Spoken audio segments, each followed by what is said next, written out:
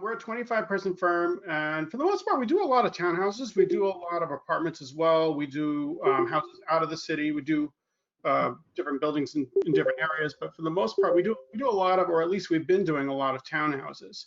This presentation is going to mostly focus on those townhouses, and it's really split into a couple of different parts. One is the question of why do a passive house. The next is going to be our approach and our process.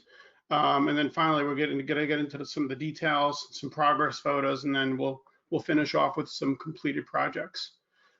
The first thing I want to say is just that there have been a lot of people who have helped with this presentation and have been involved with us for years. We're a really collaborative office, and a few of them will be on the phone today for questions for things that may be more technical than I can answer, including Kevin Brennan, John Mitchell, Ed May, and Kramer Silkworth. Just to give you a sense of the types of products we work on, one is the house on the left is a townhouse in Cowell Gardens. And you can see that we've done a mansard at the top. We've got a brownstone facade below that's unrestored.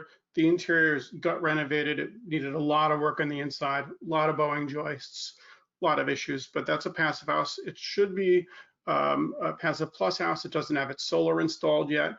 The house on the right is in the Brooklyn Heights Historic District, and it's one of 4 colonnade houses. Again, most of our work is on a landmark protected district, and this house was pretty intact on the outside and quite a mess on the inside. This client wanted to have a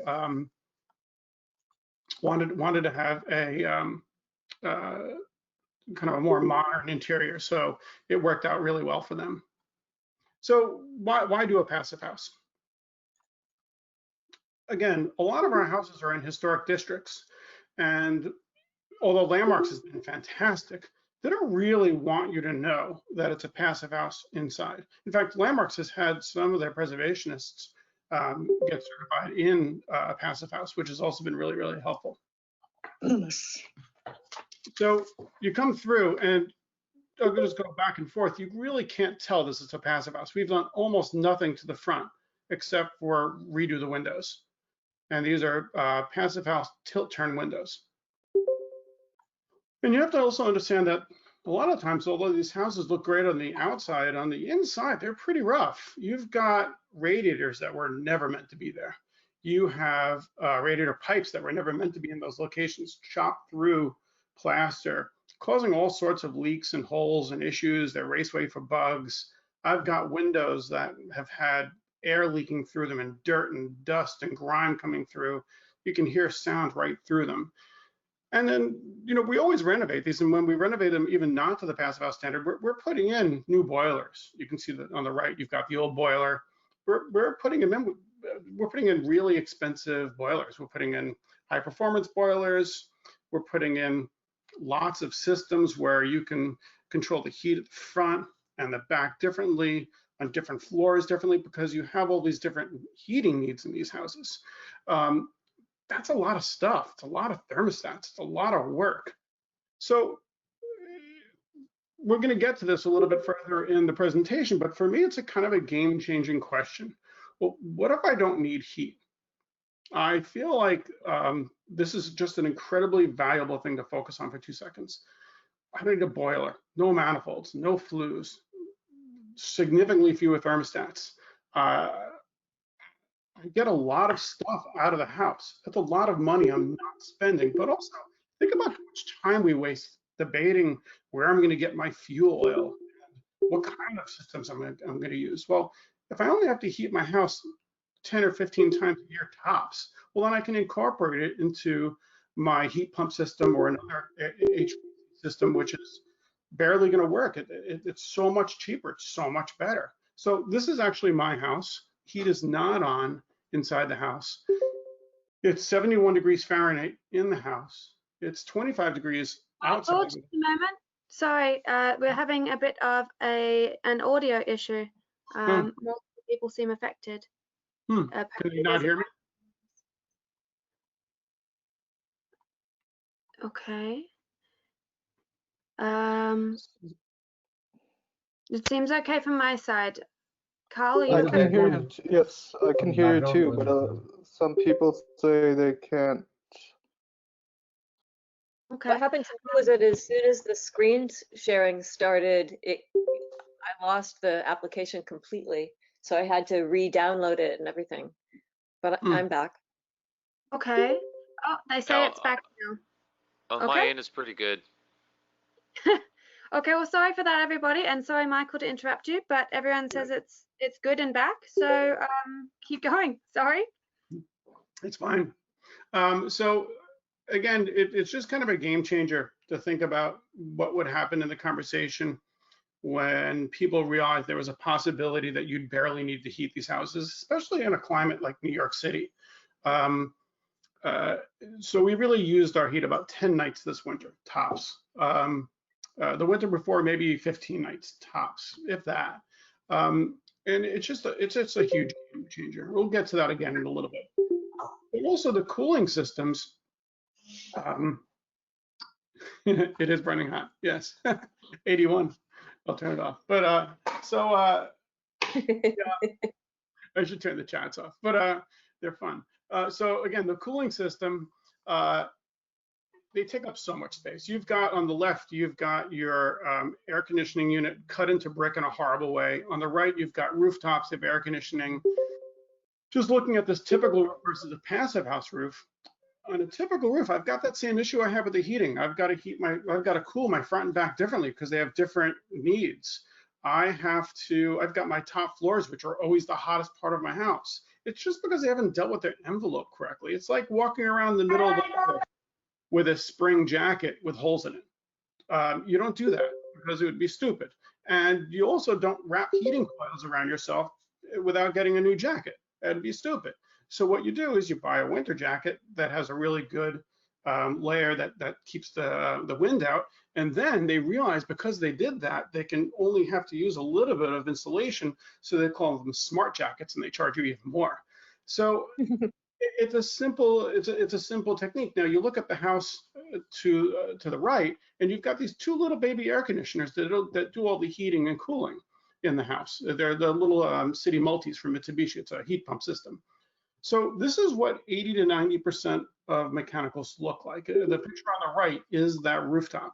Now all of a sudden, you've got a roof in New York City that I can use it as an outdoor living room. It's worth a lot of money. So let's assume that passive house couldn't be done cost neutral. Well, what happens to that equation when you have the ability to use an entire roof? And that's a lot of money. It's worth a lot of money. So the passive house stuff has also really helped us a lot in the historic districts. On the left is a passive house door and a historic arched opening, really tight install. This was, the contractor was M2 in this case. It's really tight tolerances, but we got a great air seal. We were able to keep our historic fabric. The door company made a door that matched it relatively well. It was great. On the right, we have a truly intact house on the Upper West Side where the windows were really underperforming. I had beautiful leaded glass on this house where it was just peeling away. It was horrible shape. We were able to install passive house tilt turns, and then we've got the ability to reinstall these restored leaded glass windows on the interior of that. And now this particular house, we've got better heating and cooling by over 50%. So we know the passive house benefits. We know better quality of life. A lot of people on the phone already kind of know the construction benefits. We all know the energy savings. Well, what's interesting for me, and I feel like the selling point is that, in fact, you don't lose anything when you do a passive house. As a homeowner, you're actually gaining something. So I think a lot of people, when they think about saving money and saving energy, they feel they feel a little worried. They'll donate to whatever you want them to donate to, but they don't want to miss out on any cool stuff they want in the house. So when we walk people through the house, very often, especially in these older houses that need to be retrofitted, we say, well, listen, if we do a passive house, we can probably seal it from all bugs, dust, outside air infiltration. I never had people who say to me, wow, I'll take the house with the bugs. We're good.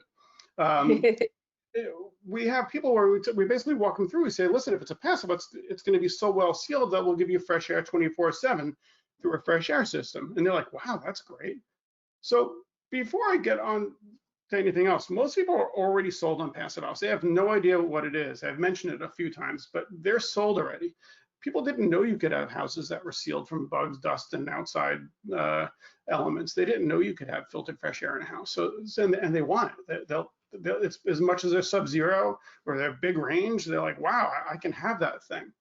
But then in New York City, being able to have windows that are quiet where I don't hear the garbage man at 6 in the morning, it's huge, and they're so much quieter. They perform so much better. And then coming back to that slide with the warm home, the fact that you really don't need to heat your homes, it's huge. Heat is a big deal in New York. It's constant. It's never even. The fact that you get even heat throughout all these houses, it's a big deal, and it's a game changer. But it also provides a lot of design freedom. I don't have my radiators anymore. I don't have my ductwork with my pipes and everything all over the place where I can't put furniture where I want to put it. So as a designer, it really, really frees the designer. And then finally, once you build your better box and you've got your better envelope, you can put solar on. You can really reduce almost all of your energy needs, but to almost nothing, sometimes to net zero. This picture is by Pijo, well, the contractor was Pijo, and this is the first passive plus house in the States. And it's a townhouse in Brooklyn with not a lot of roof area. So we got the needs and the requirements down first, and then you install the solar. So I want to just touch base on our process, which has really taken us a while to get to. Our first passive house was horrible. I mean, it worked. We got certified. In fact, it's a passive certified LEED platinum house in Manhattan, which is great, but we wound up undoing so much stuff.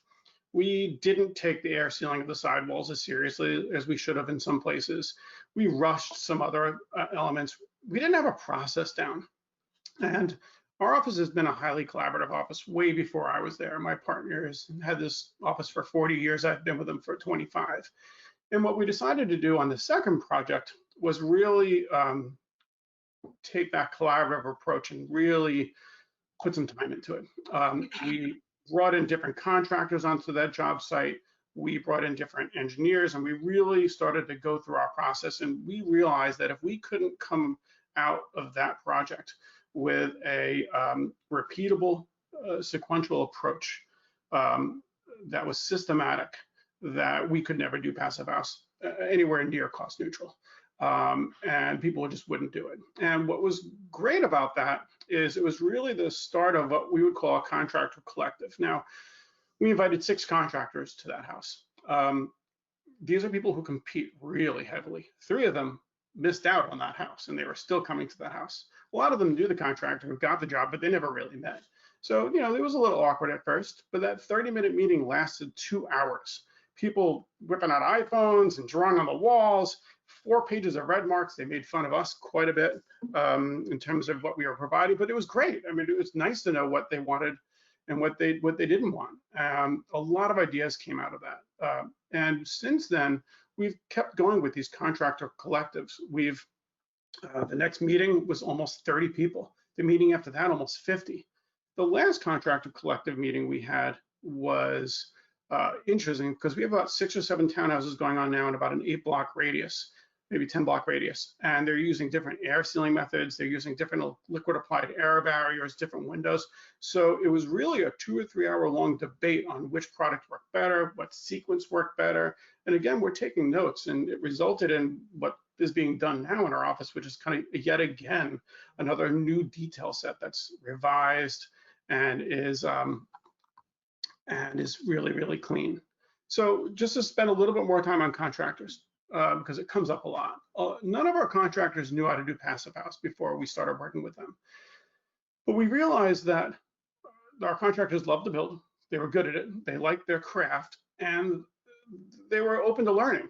And we realized that those were the essential ingredients to really having a contractor who would be perfect for Passive House. You put that contractor or that tradesperson into a Passive House tradesperson course, and they fall in love with Passive House. They start talking to you for years about all the cool things and the ways they can do things better. It's really transformative. And then coming back into this collaborative, these guys are all trading secrets now and talking about the better ways of doing things. This is a repeatable approach. This is something that can be done anywhere, and I think helps to grow the Passive House industry in your area. Invite them in, open up the job sites. It's been, for me, it's been critical to our growth. The next item is working with consultants, and Kramer, Ed, and John will all be on this, and at least pieces of this were their idea, which is the most important one, which is bringing them in early. We now bring our Passive House consultants in before we're doing schematic design or when we're starting schematic design. Just with the contractors, with the Passive House, going backwards is expensive, and also not including the clients is difficult. So this is an image from both Ed and John, building type, where they're showing our clients where their electricity comes from, what the losses are like, what the different certification standards are, and what we could target for. The fact that the front windows have more heat load than the back windows, and we're probably going to be able to do larger windows in the back than we could the front. So what's nice about this is when you're having your initial design meetings with your clients, they're expecting these things. They're actually kind of into it. They're like, well, how are we going to deal with the shading there? They never thought about that before this meeting, but we included them early. We weren't doing that even in our first 5 or 6 townhouses. And what really happened there was our clients were learning afterwards. They were trying to figure out what we're doing afterwards. And it worked out, but it's just not as smooth as if you bring them in really early. Seems like a very simple move, and I figured I would bring that up. And then after move-in has been interesting. Now that we've got a bunch of clients who are living in their houses, we have just kind of a similar experience. People who have lived in a typical house prior to living in a Passive House are realizing that they don't need to touch the thermostat all the time. These houses just operate slightly differently. They're just easier. And I know that seems funny to say that you've got to teach them how to deal with that, but it's nice when you've got people who know how to service them. It's helpful. So Passive House concepts applied. We've seen this diagram before where it talks about just the different benefits that I just kind of described, and the thermal bridges and so forth, and the hyper insulation, the continuous air sealing, the reduced thermal bridging. But let's jump into just taking that diagram and going into kind of a typical townhouse where you've got your cellar. Very often the front of the cellar, which complicates things, are out of the envelope in New York City. New York City requires you to very often ventilate that front cellar space, regardless of what you want to do, which creates kind of an issue with Passive House. They're like 12 by 12 grills. And then you've got your front and back walls. Very often you've got walls on both sides that are shared with your neighbors, called party walls. But let's kind of talk about these one by one. And I'm going to start with the outside wall. I'm actually going to start with this second slide, where one of the more significant items is being shown. It is the joist on the outside wall, where you've got your front wall and you've removed that front joist and you've moved it in just by a joist. Now they now sell insulation on the front wall, that's structural, but you can even see on the right here where you've got where you have blocking I think we're putting it every 6 feet. What we're really trying to do is we're trying to break that thermal bridge. So in a typical house, you've got the cold or the heat coming right through the brick, right through the joist, right through that flooring system, and then you've got the radiator sitting on top. That radiator, half the job of that radiator is actually heating up all that stuff. The heat's going to the outside. You can see it when you look at the thermal diagrams. So moving that joist in and breaking that thermal bridge is it's such an essential thing. So there's a few things to look at in the photos. One is just the sequence of events. putting this little floppy bit, as Kevin has called it a few times, where you've got your intelligent membrane set in place before you put that joist in, makes it so much easier to deal with taping it and dealing with it after it's in. What you're also seeing on the side here is you're seeing a ledger. So these joists are not pocketed into the wall. And you can see the liquid applied membrane, and you can see the fact that the liquid applied membrane is installed before the ledger. Then they wind up also putting it on the ledger. But again, it's just sequencing so you don't have to go backwards. A lot of these things don't take time, but going backwards takes a lot of time. And then finally, what you're looking at, just going back to that first slide, is we're looking at our intelligent membrane right here. You're looking at some holes because they're starting to dense pack this. Dense pack in this case is blown in cellulose.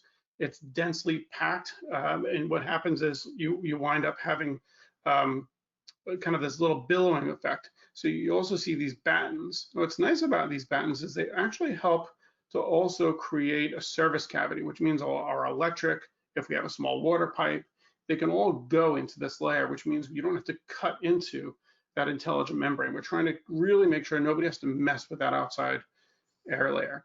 And really considering, before we get into our party wall, thinking ahead about how your front and back walls are going to tie into your cellar air seal and your roof air seal is really important. Again, going backwards it's just really difficult. So let's come back into the party walls. So this is a great example, by the way. The person who's applying that liquid applied product is Benny from M2. Contracting, graffiti artist, realized that he had a much faster way of applying this paint, was kind of making fun of us as to why we were doing it so slow. And I found out because they emailed all the other contractors the same method at the same time. So they're sharing it now with all these other contractors that they're A, competing with, but B, meeting with every 3 months at each other's job sites, which is kind of fun. He's using a technique where we don't like to measure it because it takes too long. So they'll do a sample to see how thick it has to be. And then when they realize it's 2 or 3 layers, they'll just tint the layer of product so they don't have to measure it. It takes too long to measure. And it's inaccurate. It's too difficult to see if they've done it. Now, what's cool about this is there's probably 4 or 5 companies now who compete with these liquid applied membranes. The passive house market has become so much better than when we first started out. Now, I would say that the money you saved in all of your mechanical, some of it will go to the time you should be spending on your outside walls and your party walls. A, you wouldn't be air sealing a typical house. You should be, and you wouldn't be sealing your party walls. Although once you tell people that you can get rid of bugs and dust, they'll make you do it anyway. But these are the things that take more time, and the money you saved in your mechanical goes into this. And what you can see on the side here is you can see a couple of different joists. You can see a metal joist going into the sidewall. You can see an existing wood joist up top, or right here, and just different liquid applied products. They've got some rapid seal around this one. Same with the metal joist. Little trick, just dealing with the metal joists. This is just some roofing membrane, some peel and stick. They put it on before they put the metal into the wall. It just helps you air seal it. You know, just dealing with these little crevices and dealing with that afterwards is just really time consuming. Wrapping this up before you put it into the wall is actually relatively fast. So it's just taking the time to prep these sidewalls that I would say is where some of the extra money goes. Now, hopefully you're saving enough money in the mechanicals where that helps with this. And then the cellar is great. I mean, this has been a kind of a game changer on all of our houses. We have a lot of moisture coming up. We have a lot of groundwater issues. So having a warm, dry cellar, everybody wants that. And what you can see here is you can see that they've got this plastic membrane. Now, this particular company, Stego, although I think there's a few of them that do it, they have this really great termination bar. Now, what they do is they've got the liquid applied on that side wall, and then they install, because our cellar walls are never true. I mean, these are 200-year-old walls. And then what they'll do is they'll install a 2x4, or in this case, it was a 1x4, and which will create a flat plane that they can then put the termination bar on, and then they'll stow over that. Just a little bit of prep work, but it means that I don't have to deal with my moisture getting past this. They simply put their wire mesh down, they pour their slab, and I missed the insulation layer below that, and I've got a nice, clean, warm, dry cellar. It's really been a nice product to use. You can see it comes in very large sheets with a tape that goes on incredibly well. The roof is interesting for me for two reasons. I mean, one is it's just such a no-brainer. To put the insulation on the outside of the roof before the heat ever makes it in, it's really important. The sun hits it, it never makes it through. Now, this is where the Passive House consultant comes in really handy. Oh, and I'm happy that we're looking at the outside brick as well, because I can mention it in both cases. I mean, if it were up to me, I'd put like a million inches of insulation above. Well, that's not smart, because you need to know where your dew point is. You need to know where you should be putting the insulation. And what's nice is the Passive House consultants can run it through PHBP. They can run it through the program. They can tell you, well, in our case, 4 inches of insulation really works well on the outside, and the rest of it really needs to be on the inside.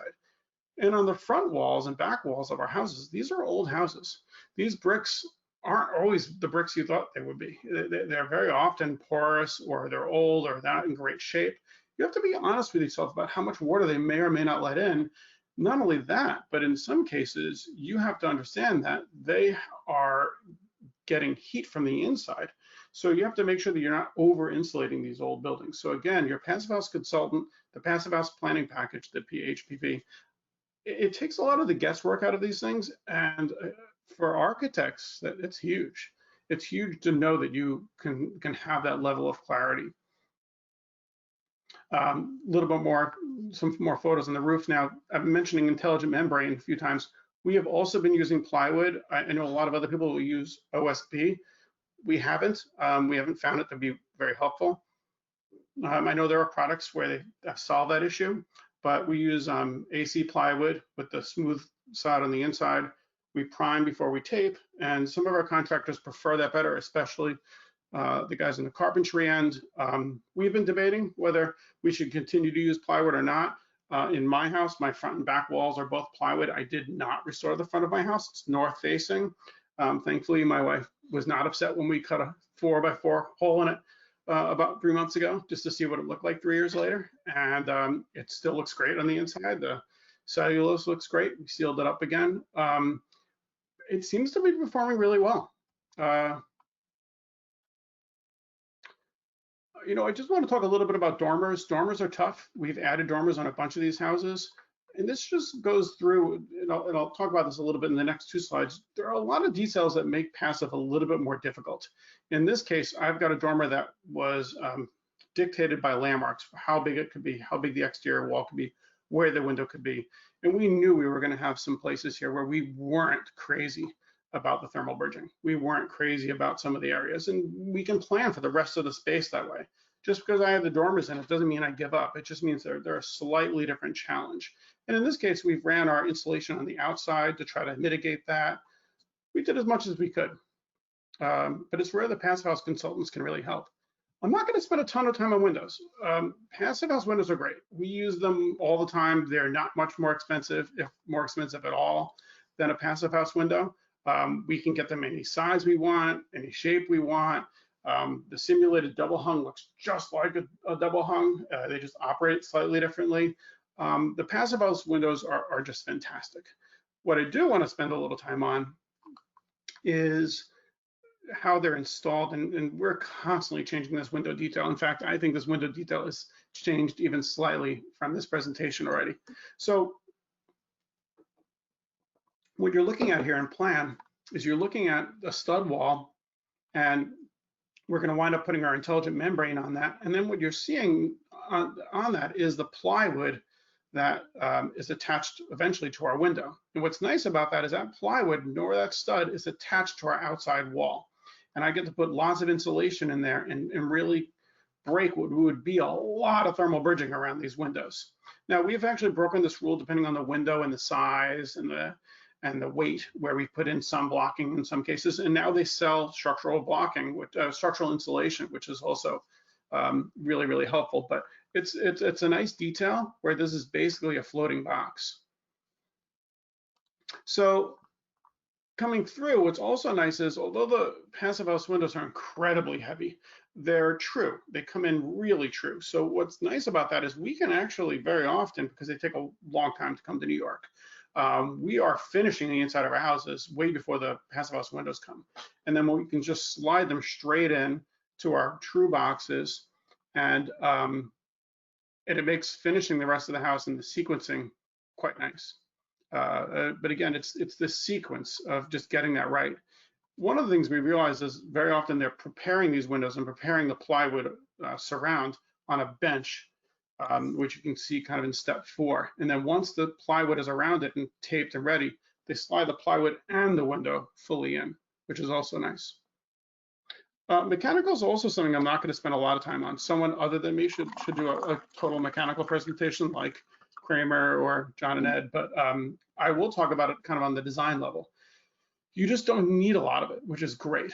What you're looking at on the left is just a lot of duct work. I have to get it to the outside walls. This is your typical house.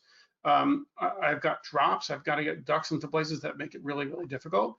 And what I have on the right is just a really tiny, small amount of duct work with small units where I'm not having to get to the outside walls. And coming back to kind of how you're freeing the designer, it just makes it that much simpler. Having 80 to 90% less mechanicals is just really nice. And then on the roof, we get these little tiny units. Very often, we only really needed one of these, but the buildings we're dealing with are tall enough where the run would be too difficult. So coming back to the slide on the left, you've got your ERV. This is your ERV. These are your ports where you can change the filters. These are your ERV tubes. This provides your fresh air. And what's nice about this, it's running 24/7. It's bringing filtered fresh air. And for those of you, ERV, Energy Recovery Ventilator. The reason why it's not just called a fresh air system is it's allowing the outside air to pass through or by, not mingling, the inside air as it's exhausting, and it helps to temper it. So you're not just getting 10-degree air inside your house or 90-degree air in your house, it's tempering it, which is nice. So it's an energy recovery ventilator, and it creates a really comfortable interior space. So using my house as an example, again, my wife does not use her allergy medication in the house anymore. She used to wake up and it was the first thing she used. She just has allergies outside.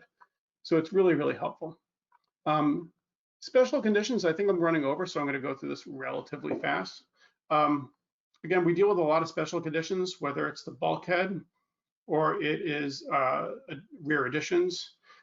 In New York City, with these larger openings that we make, they make us use incredibly large steel on both sides.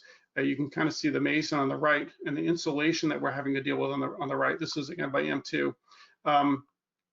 It's difficult to insulate this enough where you don't have major thermal bridging issues, but to do your best you can. You insulate the interior, you're careful with the brick ties and how they're touching things or not touching things, and then we wrap that again. And again, you're able to put this through the passive house planning package. You're able to know that, hey, I have a slight weak point in this area and I overcompensate in other areas.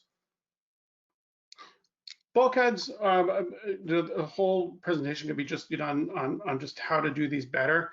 Getting the insulation on the outside is even better than what we've done here. There's a lot of exposed area on bulkheads.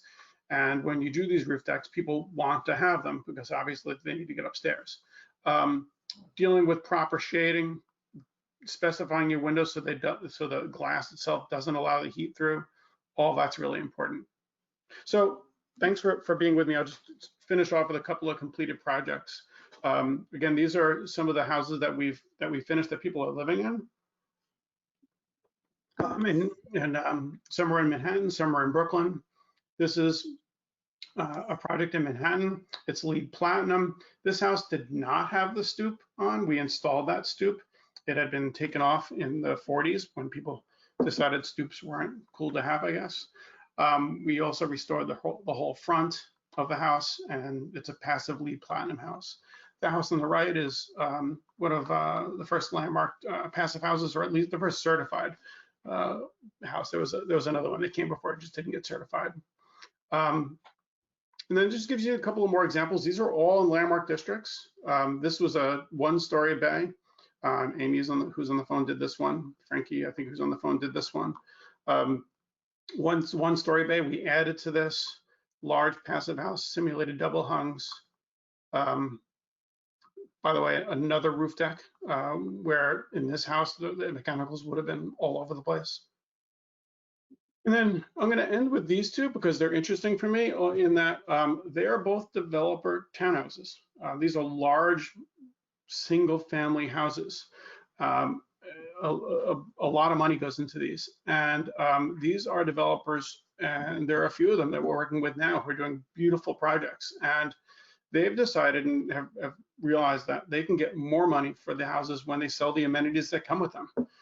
The difference between the house we just finished and the house down the block is I don't hear street noise in my house. I have filtered fresh air in my house. My house is sealed from bugs and dust, and theirs aren't. And you can feel the difference in the house. So it's exciting for me that in New York City, you've got a lot of people who are taking that leap. They're taking that jump, and they're moving into it. And it's exciting. There's a lot going on here, which is fun. Thank you very much. Appreciate it. Thank you, Michael. Great presentation. Before I open up to the questions, I just wanted to mention a few things. So we have a lot of these projects featured on our Instagram account. Michael and his team take really wonderful photos, and you can also see their own Instagram there in the picture. And the other thing that Carl has just added to the chat is that we recently interviewed Michael as part of a series on tips from passive house designers, and he mentioned some of the tips that he also gave in his presentation today. So if you want to give that a read, maybe mention your own tips, we'd be happy to hear from you. So without further delay, we have a fair few questions. The first one is from Christo Wood, and he'd like to know, how do you consider masonry and rising damp or other degradation over time, mortar, brick, etc.? I'm sorry, can you repeat that? My audio was a little weird. No worries. I'll also copy and paste it out to everybody. Hopefully Christo doesn't mind. So how do you consider masonry and rising damp or other degradation over time of mortar, brick, etc.? I mean, it's a good question. You can also turn on, if you can, Kevin, John, and Ed's mics, because they may have a slightly different version of my answer, and Kramer's.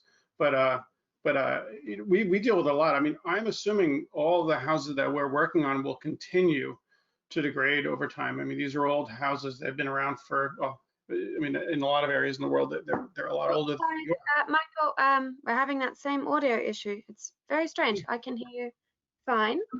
Perhaps give it a moment and it'll come back. Carl, can you hear? I can hear. I can still hear you, yeah. Okay, well, in that case, Michael, keep going. My apologies. Hopefully they Yeah, I'm going to pause sharing as well. Maybe stop my sharing, and then maybe that'll help. It could help. If you take me off as presenter, maybe. Yep.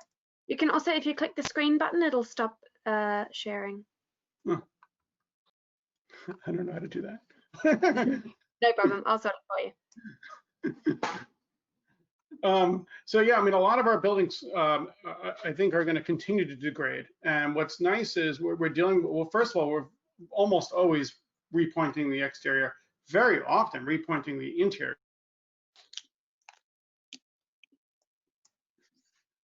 Did that not work? I can't hear him anymore, Oh no. but I still see the screen. That's awkward.